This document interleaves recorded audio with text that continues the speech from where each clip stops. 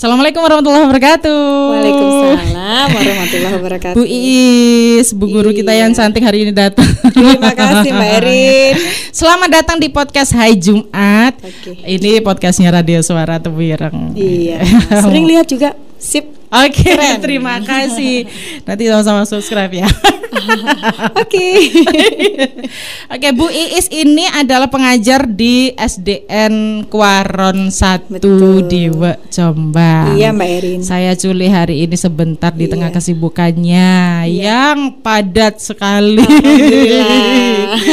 Jadi apalagi di era pandemi memang pembelajaran daring ini dimulai dari masa pandemi ya Bu Is ya? Betul Mbak Erin. Kemarin kita sempat bulan Januari awal tahun ya. Awal tahun. Kita kan mulai dihebohkan dengan adanya pandemi ini awal tahun ya. Awal tahun itu dari dunia pendidikan sih belum sampai diliburkan siswa-siswanya. Baru waktu kita itu melihat. Ya belum. Januari belum Mbak Erin. Tapi memang kasusnya belum banyak di Indonesia ya. Betul, waktu itu kan masih di luar negeri, Wuhan ya, Italia. Kita masih mengklaim bahwa Indonesia karena suka mengkonsumsi bumbu-bumbu empon-empon kemudian tidak terkena gitu, tapi terkena tidak juga. Tidak mau lockdown ya, tapi ternyata melihat perkembangannya kan Indonesia akhirnya lockdown juga. Dan mulai sekitar itu sudah mulai pembelajaran daring. Mulai pembelajaran daring itu mulai tanggal 17 Maret. Oh, 17 Maret 2020 itu kalau wilayah Jombang ya. Jadi mulai tanggal 17 Maret itu anak-anak belajar dari rumah. Istilahnya seperti itu. Kemudian diistilahkan dengan PJJ, pembelajaran jarak jauh.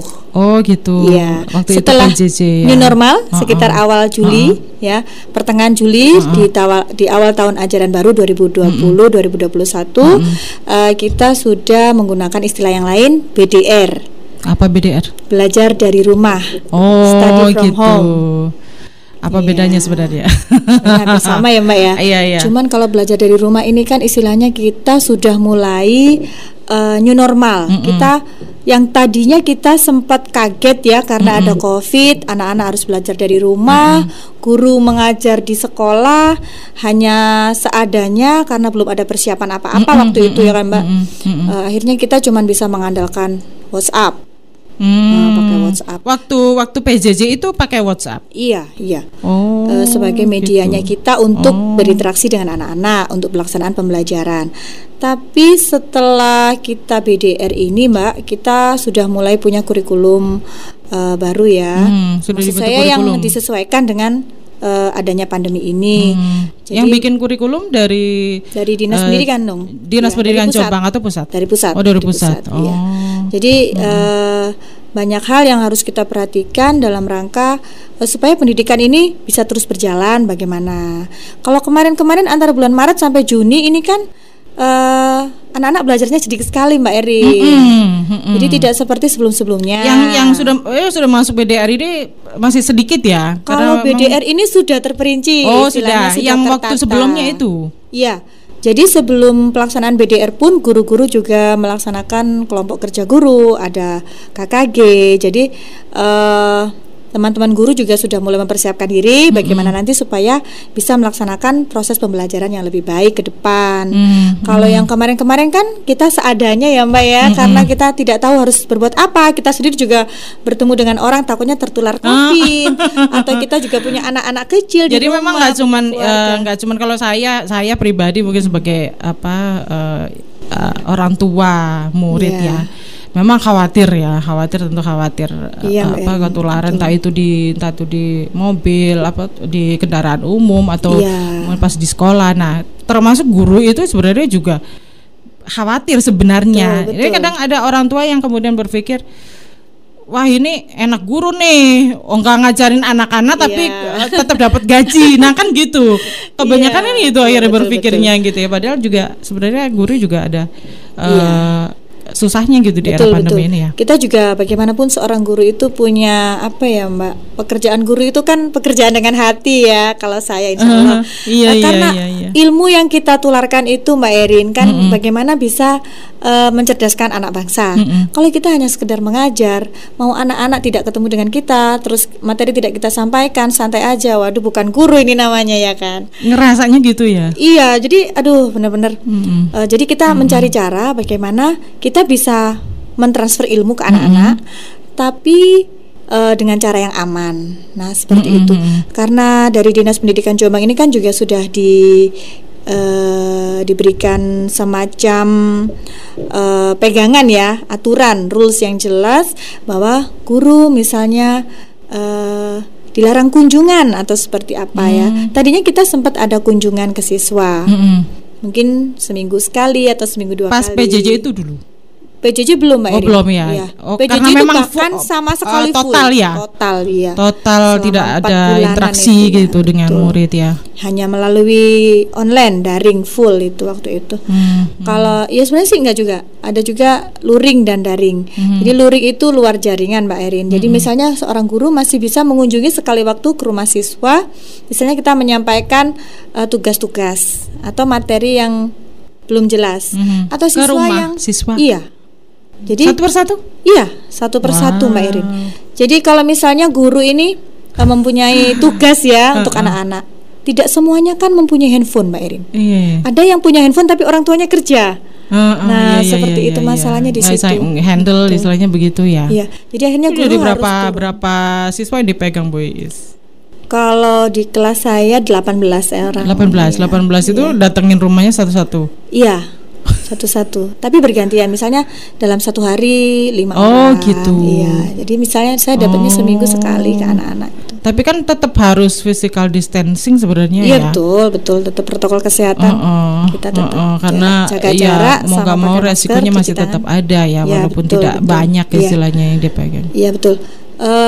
Kalau dari kelemahannya kemarin itu ya itu tadi, kita merasa materi yang seharusnya kita transfer untuk anak-anak selama 1 semester ya, misalnya sekarang kan tematik kalau SD ya Mbak Erin ya.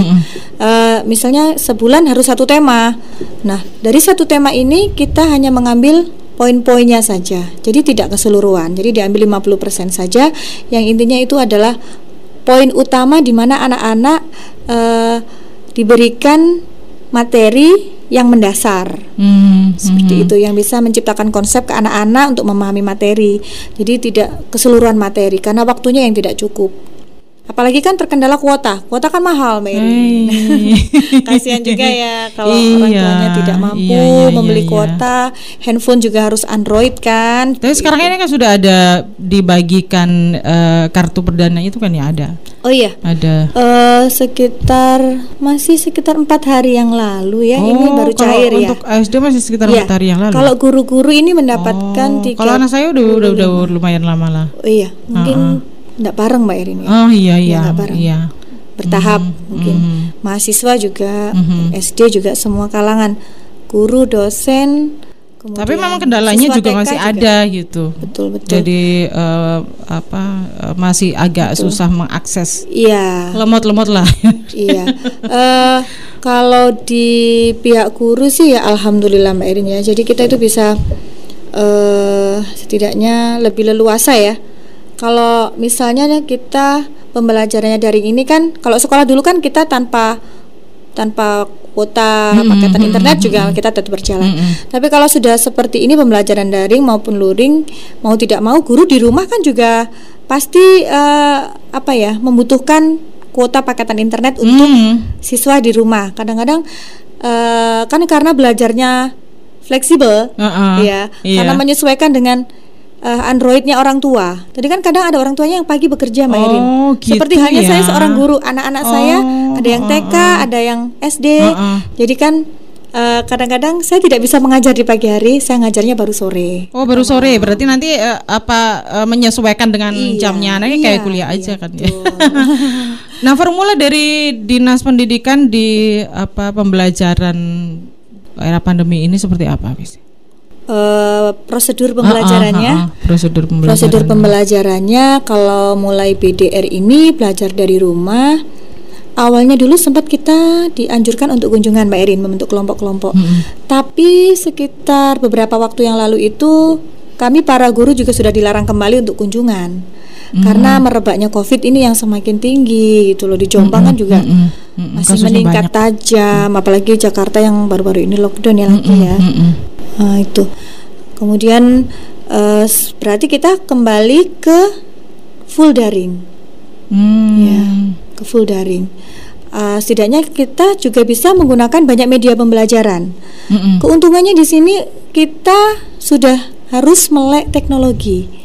Mau nggak mau ya? Mau nggak mau harus melek, baik gurunya, siswanya maupun wali muridnya. Untuk yang gaptek ini gimana? Betul, ini yang gaptek ini agak sulit, tapi ya namanya juga hal yang harus baru. Belajar, ya? Pasti kita mau tidak mau dituntut harus ikut mengikuti perkembangan zaman. Pakai apa Zoom atau Google Meet? Begini, kalau kita menggunakan Zoom itu sangat menyita paketan ya, sangat memberatkan wali murid. Kalau misalnya kita menggunakan Zoom itu memberatkan wali murid, kita bisa menggunakan video call. Kalau praktek saya video call pakai video call saya ya, atau voice note menggunakan WA, atau juga bisa menggunakan video pembelajaran. Misal saya merekam diri saya menjelaskan materi sekitar 2 atau 3 menit, begitu saya sampaikan ke anak-anak. Sementara ini seperti itu. Kalau bisa juga dengan menggunakan media pembelajaran, misalnya saat memberikan tugas saya bisa menggunakan Google Form seperti itu, atau menggunakan Google Classroom. Jadi materi-materi dari guru itu disampaikan melalui Google Classroom atau Google Form untuk evaluasinya. Gitu. Iya. Dilihat dari hasilnya anak-anak bisa maksimal gitu. Kalau menggunakan media pembelajaran ini kan sebenarnya di YouTube itu banyak ya tersedia ya. Jadi kita gampang sekali mengaksesnya dan bisa pilih misalnya dari video tentang tema berapa begitu ya, kita tinggal ketik aja lalu nanti akan muncul. Jadi sekarang itu diberdayakan belajar mandiri. Belajar untuk mandiri. Anak-anak betul. Ya. Jadi ngajar kelas berapa? Saya kelas 4, Mbak. Kelas 4. Iya. Kelas 4 ini sudah mulai bisa lah ya. Maksudnya anak-anak sudah bisa kelas paling enggak mandiri, untuk mandiri itu sudah mulai. Betul. Nah, ini kendalanya kalau masih kelas 1 SD. Iya, kalau masih kelas rendah ya, kalau kelas rendah kan 1 2 3 Mbak Erin. Ya seharusnya memang masih perlu pendampingan orang tua. Bahkan untuk yang kelas 4 5 6 pun juga harus pendampingan orang tua. Karena anak usia ABG ya Mbak Erin, ya 9 tahun ke atas ini kan dia sangat curious, sangat ingin tahu ya apa sih di YouTube itu, selain ada pembelajaran nanti jangan-jangan buka yang aneh-aneh kan. Itu belum saatnya. Jadi memang orang tua tetap harus mendampingi. Iya, itu yang jadi kendala. Kalau kemarin ada demo ibu-ibu yang pengen anaknya masuk itu mungkin karena memang sepaneng di rumah ngajarin anak-anak yang nggak bisa gitu, apalagi ini kan bahkan ada kasus kemarin yang sempat ini ya tragis ya Mbak Erin ya, kita sangat prihatin orang tua yang sampai memukul anak. Ini sekarang kalau guru memukul anak kan jelas tidak boleh, dan itu ada aturan hukum yang jelas, bisa kena pidana, dituntut pidana. Sekarang itu dilakukan sendiri bahkan oleh orang tua, karena memang sebenarnya mendidik itu butuh tingkat kesabaran yang sangat tinggi Mbak Erin. Jadi kalau mendidik satu anak saja ya, kalau mendidik satu kelas 18 atau bahkan lebih, dengan bermacam-macam tipikal anak gitu, dengan bermacam-macam karakter anak. Ya itulah seorang guru, mungkin akhirnya orang tua akan paham ya. Iya. Nah itu akhirnya guru itu berat nggak juga gampang, nggak gampang ya, seperti itu. Bahkan saya pun kadang di rumah pun dengan anak-anak saya lebih keras daripada ke siswa saya, karena kalau dengan anak saya kan saya tahu karakter anak saya, saat dia malas saya harus bagaimana memotivasinya. Tapi di kelas pun kita juga harus harus paham juga karakter siswa kita. Jadi misalnya di rumah kadang-kadang dia tidak mengerjakan tugas, teman-temannya mengumpulkan tugas sedangkan dia tidak, begitu ya. Bagaimana kita sebagai guru proaktif mencari informasi ke rumah, tanya alasannya kenapa, bermacam-macam Mbak Erin. Ada yang orang tuanya kerja, kemudian tidak punya paketan, itu yang paling klise. Tidak ada uang Bu, buat beli beras aja susah, beli paketan, seperti itu. Ya alhamdulillah sih, ini pemerintah sudah membantu kita semua ya, baik guru, baik siswa. Jadi agak ringan lah setidaknya proses pembelajaran ya lebih lancar lah daripada sebelumnya, insya Allah. Mudah-mudahan. Untuk kuota itu ya, dapat kuota itu? Iya. Atau mungkin yang BLT juga? Oh iya mungkin ya. Kalau di pendidikan kan kuota paketan internet. Iya, kuota paketan itu lebih memudahkan ya. Iya, tentu saja sangat membantu itu. Sangat membantu. Iya. Karena macam-macam anak-anak ini kan ada yang orang tuanya memang mampu lah wifi mampu. Iya. Tapi kalau ada yang seperti tadi beli beras aja nggak bisa gitu. Iya, mau betul, gimana Mbak Erin, gitu. Iya. Itulah sisi sulitnya untuk pembelajaran daring.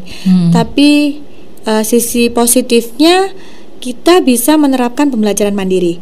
Bahwa sebenarnya belajar itu tidak harus ada gurunya, gitu kan? Iya, Jadi sebenarnya kita belajar mandiri bisa di era abad 21 sekarang.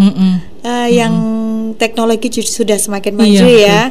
Internet seolah-olah dunia itu dalam genggaman, istilahnya seperti itu. Kita bisa menggunakan Android kita, handphone kita, smartphone, kita bisa mengakses apa saja yang kita inginkan, baik dunia pendidikan atau hiburan atau apa saja. Di dunia pendidikan misalnya anak-anak mendapatkan tugas dari guru, kemudian dia bisa mencari sendiri, mengeksplor sendiri, kemudian guru tetap menjadi fasilitator, motivator untuk anak-anak. Jadi tidak dilepas juga. Dan media-media yang kita berikan atau yang ada di YouTube itu tidak semata-mata pengganti guru. Jadi itu hanya sebagai sarana untuk penambah stimulus lah untuk anak-anak. Jadi guru ini sebagai apa? Fasilitator, sebagai pendamping pembelajar seperti itu. Jadi tetap nanti yang mengevaluasi kembali kepada guru. Jadi tidak dilepas seperti itu saja.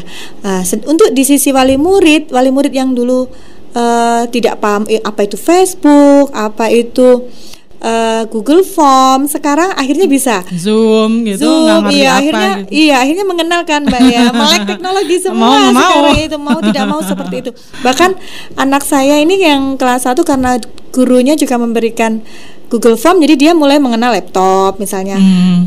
Saya pinjam laptopnya ya, untuk mengerjakan, kalau di HP mata saya terlalu kecil, tulisannya tidak kelihatan. Oh ya silakan, tapi sebentar saja ya, seperti itu. Karena kita juga harus bisa mengatur waktu ya Mbak untuk anak-anak. Nah, di samping sisi positifnya ya, tadi kan untuk keluhan dari sisi kesehatan seperti mata. Nah, ini kan juga jadi kendala gitu. Iya, Mbak, jadi kendala. Nah, itu kalau Bu Iis sendiri jadi pengajar, apa antisipasinya? Antisipasinya ini pemerintah juga masih cari formula gitu kan ya. Betul. Gimana cara supaya meminimkan efek buruknya ini. Takutnya gitu kan. Itu nanti efeknya ke mata ya Mbak ya. Tapi ya bagaimana lagi ya? Iya, bagaimana lagi. Kalau pembelajarannya berapa jam sih kalau membatasi waktu itu tadi loh Mbak? Kalau daring kan dari mulai pagi sampai enggak juga Mbak Eri. Enggak ya. Ada jeda ya. Pembelajaran daringnya itu fleksibel. Jadi seperti yang saya bilang tadi, saya kan bekerja, mengajar. Saya walaupun ini kan BDR ya, tapi di guru kan tetap masuk ke sekolah, mengajar dari sekolah, anak-anak yang belajar dari rumah. Kalau dulu sekitar bulan Maret sampai Juni itu guru betul-betul di rumah, berarti mengajar dari rumah. Tapi mulai BDR ini guru masuk Mbak, guru di sekolah harus ngantor ya? Harus ngantor. Tetap sesuai jam. Betul, sesuai jam. Kemudian kita menyampaikan materinya tetap seperti biasa. Tapi di kantor. Iya, di kantor. Lalu nanti anak-anak kita beri batasan waktu, misalnya mengerjakan penilaian harian tema sekian, nanti paling akhir dikumpulkan atau dikerjakannya dibatasi jam 8 malam, misalnya seperti itu. Jadi saat kita sudah menunjukkan pukul 7 malam, ya kita mulai cek siapa yang belum mengerjakan, nanti kita japri atau di grup seperti itu kan. Kita biasanya satu kelas mempunyai grup WA untuk satu kelas, jadi kita memudahkan untuk koordinasi ya. Dengan wali murid, dengan anak-anak seperti itu. Nah, dengan dengan keterbatasannya ada ini ya. Betul. Kalau Bu Is melihat hasil akhir ya, tentu guru juga mencoba untuk memberikan yang terbaik lah ya untuk anak-anak gitu. Hasil akhir selama ini yang dirasakan ketika sudah ada pembelajaran daring ini di era pandemi ini? Iya, tentu saja harapannya anak-anak tetap bisa menerima materi sebaik-baiknya ya Mbak ya, bisa mengembangkan kemampuannya sesuai dengan grade-nya, dengan tapi yang terjadi seperti apa kalau di lapangannya? Kalau di lapangan anak-anak ini bagaimana? Hasilnya ini, kayaknya sudah lumayan maksimal atau masih belum? Iya, insya Allah sudah terlihat Mbak Erin. Mungkin dari itu tadi, anak-anak kan jadi lebih mengenal teknologi. Kelebihannya di sana. Kekurangannya kurangnya interaktif antara guru dan siswa. Waktu yang sangat sedikit seperti itu karena hanya video call itu berapa menit sih? Seperti itu ya Mbak ya. Mungkin sekitar 2 atau 3 menit satu orang gitu. Ini apalagi ya, kalau tadi ngajarnya pakai hati ini kan memang nggak bisa komunikasi 2 arah gitu ya. Betul. Kadang-kadang ada yang video call, Bu, kapan ini masuknya Bu? Saya sudah bosan Bu, kapan masuk? Anak-anaknya sebenarnya juga kangen dengan sekolah sebenarnya ya. Iya, sabar nak ya, doakan saja mudah-mudahan COVID-nya segera berlalu, kita bisa masuk lagi, belajar bareng-bareng lagi. Seperti itu. Kalau dari sisi anak sendiri, mereka sudah sangat merindukan sekolah. Kalau dari sisi guru, kita merindukan anak-anak. Dari sisi apa ya Mbak, materi yang kita ampu itu kan bagaimana ya caranya muridku ini bisa paham, bisa mencapai standar kompetensi dasar ini gitu. Ya kita memutar otak, guru harus kreatif Mbak, dituntut kreatif. Kalau sudah gurunya malas, aduh kasihan sekali nanti muridnya bagaimana. Makanya kita benar-benar guru itu memang harus pakai hati. Kalau nggak pakai hati ya nggak tahu lagi ya bagaimana. Apalagi dengan kondisi yang pandemi seperti ini. Jadi betul-betul harus integritas guru itu harus ditingkatkan, harus dimiliki oleh semua guru Mbak. Harapan kita semua sih ya, kalau anak-anak bisa harapan bisa lebih semua baik lagi ya. Bagaimana lagi, memang ini adalah solusi karena kita di masa seperti ini, karena juga kita menyelamatkan generasi bangsa, jangan sampai hilang. Anak-anak ini generasi penerus kita nantinya gitu. Kalau tidak bisa maksimal, memang bagaimana nanti ke depannya negara kita gitu ya. Tapi ya memang ya otomatis tetap harus memperhatikan, karena pandemi ini tentu yang nomor satu yang diperhatikan kesehatan Ibu ya. Betul. Kalau dulu mungkin orang tuanya menyerahkan anak-anak ke guru, dah sekolah diantar selesai. Di rumah bisa masak, bisa cuci baju dan lain sebagainya. Kalau sekarang orang tuanya kan harus ngajar juga. Mau nggak mau ikut belajar kan ibunya. Jadi pinter juga kan.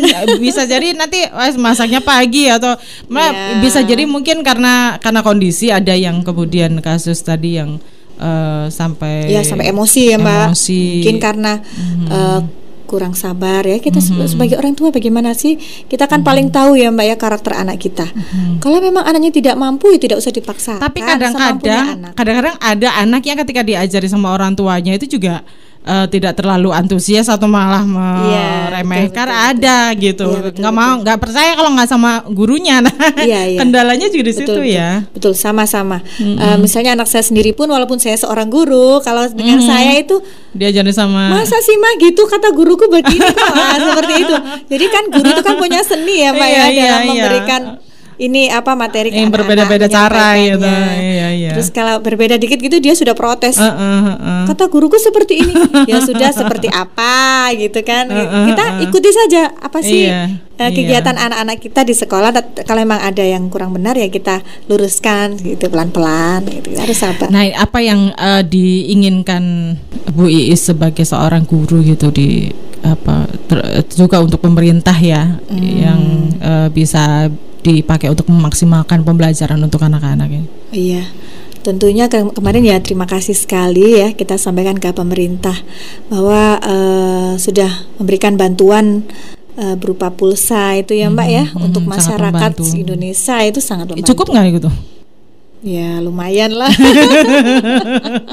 Mau bilang kurang kok sungkan ya. Kalau emang kurang nggak apa-apa. Oh gitu ya. Oke, nanti saya kalau kurang minta Mbak Erin ya. Iya. Nah, sebenarnya alhamdulillah kalau sekian itu saya rasa sudah mencukupi. Insya Allah mencukupi, asalkan khusus untuk pendidikan. Kalau digunakan untuk mengakses yang tidak yang tapi kan memang dibatasi ya. Kalau itu kuota dibatasi itu ya, pakai memang harus dipakai pembelajaran Bu Is. Nggak bisa ngakses YouTube, bahkan WA pun nggak bisa ya. WA nggak bisa. Saya rasa bisa. Oh, masih bisa ya? Bisa, oh, kalau untuk anakku nggak bisa. Oh, begitu ya? Kok saya bisa ya? Apakah saya paket guru ya? Mungkin saya bisa. Oh, iya mungkin. Iya, apa berbeda? Beda Taswid. Tapi saya rasa sama aja itu. Kalau anakku nggak bisa. Oh, begitu. Bisa. Hanya untuk pendidikan. Hanya untuk ini. Jadi nggak bisa mengakses Google, nggak bisa. Iya, ini kan baru dapat sekitar 4 harian ini Mbak Eri. 4 hari terakhir ini baru cair ya. Yang langsung masuk ke handphone. Iya. Iya. Terus tadi apa? Saya lupa. Oh ya, apa yang diinginkan? Iya, selain bantuan ya Mbak ya, karena kita kan masih negara berkembang. Setidaknya kita ini masih butuh sekali mengakses ilmu pengetahuan yang seluas-luasnya. Karena kalau khususnya untuk anak usia sekolah dasar, ini butuh sekali kesempatan yang lebih banyak dalam belajar. Mudah-mudahan, harapan saya sih pribadi ya Mbak ya, maupun guru-guru, ya mudah-mudahan COVID ini segera berlalu. Entah bagaimana harapan nanti kita solusinya sehingga kita bisa lagi bertatap muka. Seandainya pun tidak bisa seperti dulu selama 6 jam atau 5 jam, mungkin entah 1 atau 2 jam begitu sudah alhamdulillah sekali, daripada tidak sama sekali. Tapi kalau memang tahapan ini harus kita lewati, ya kita lewati saja, tidak apa-apa. Memang ya demi keselamatan kita semua, kesehatan anak-anak. Bagaimanapun saya dan Mbak Erin kan juga orang tua ya. Kalau misal anak-anak kita di sekolah misalnya masuk, terus kita pasti ada was-was. Aduh, anak saya kena COVID gimana kan gitu. Iya, tapi seperti itu sih. Ya mudah-mudahan ya kita doa semua ya Mbak Erin ya. Mudah-mudahan pandemi segera berlalu. Dan mudah-mudahan ada media-media yang bisa diakses sehingga anak-anak tidak kesulitan untuk mengembangkan dirinya. Seperti itu. Kalau memang karakter anak beda-beda Mbak Erin. Ada yang low, ada yang standar, ada yang tinggi. Nah, untuk anak-anak yang tingkat kemampuannya di atas rata-rata, ya mungkin lebih bisa menyerap gitu ya. Mungkin guru ini harus lebih inovatif lagi, lebih kreatif lagi. Karena setiap anak pasti punya potensi. Jadi guru harus bisa mengangkat itu begitu loh. Apalagi kalau seperti ini ekskul juga tidak bisa kita laksanakan. Drum band, kesenian, kepramukaan tidak bisa kita laksanakan. Nah, kemudian kayak pelajaran-pelajaran yang butuh praktek itu juga terkendala ya. Terkendala sekali Mbak Erin. Ya bagaimana lagi ya? Iya bagaimana lagi? Ya, disyukuri saja. Diterima situasi yang ada. Betul. Gitu, tetap semangat pokoknya. Yang penting sehat. Iya, orang tuanya semangat, gurunya semangat, siswanya semangat. Betul. Tidak boleh kita orang tua semangat, guru semangat, siswanya semangat. Iya. Harus tidak boleh karena hanya masalah pandemi lalu pendidikan kita menurun. Ya tetap kita harus meningkatkan diri masing-masing. Orang tua juga harus punya kesadaran. Kalau memang belum bisa mengikuti perkembangan teknologi, ya bagaimana caranya? Misal kita ke rumah wali murid yang lain, kita saling memberi dan membantu ya. Mana misalnya kita punya teman wali murid yang tidak bisa, ya kita bantulah seperti itu. Kalau misalnya tidak bisa, jangan sungkan-sungkan untuk bertanya kepada guru. Pasti guru mau membantu, pasti itu. Mungkin wali muridnya sendiri yang sungkan, karena itu kasusnya ada. Bu, saya gitu sungkan. Ya? Apa kebanyakan begitu? Iya, saya sungkan kalau malam-malam tuh WA Bu Iis itu takut ganggu. Enggak apa-apa, monggo, enggak apa-apa, silahkan gitu. Asal tengah malam. Iya, asal jangan tengah malam ya Bu ya. Saya tengah malam masalahnya juga ini mengerjakan tugas. Masih ada. Ada super sibuk. Iya, bagi tugas, bagi-bagi waktu begitu. Tidak apa-apa. Tapi kalau guru, saya rasa semua guru itu pasti welcome. Semua guru juga pasti mengembangkan dirinya. Bagaimana nanti supaya bisa membantu wali murid sama siswa untuk bisa mengikuti pembelajaran seperti itu. Oke, Bu Is, terima kasih sudah datang hari ini. sama-sama nggak terasa loh. Oh iya, waktunya berjalan nggak terasa loh. Sudah sehari ya kayaknya. Sehari semalam. Oke, ketemu lagi mudah-mudahan di lain kesempatan. Terima ada kasih. waktu. Senang sekali bisa hadir di sini. Saya pengen nyulik lagi nanti lain kesempatan. Aduh, senangnya diculik sama penyiar cantik. Oke, terima kasih dan khairun nas anfa'uhum linnas, sebaik-baik manusia adalah yang bermanfaat untuk yang lain. Assalamualaikum warahmatullahi wabarakatuh. Waalaikumsalam warahmatullahi wabarakatuh.